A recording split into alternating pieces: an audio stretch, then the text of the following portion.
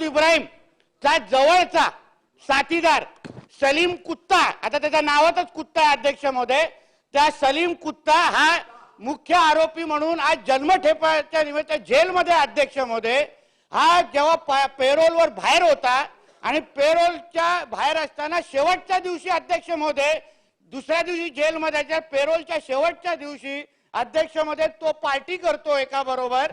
अध्यक्ष महोदय पार्टी कोणाबरोबर करतो तर उबाटा सेनेचा जो नाशिकचा महानगर प्रमुख सुधाकर बडगुजर ह्याच्याबरोबर अध्यक्ष महोदय पार्टी करतो।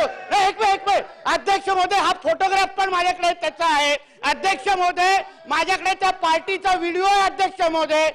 बडगुजरांच्या हल्लीचा प्रवास हा हिंदुत्वाच्या दिशेने फार जोमाने सुरू आहे।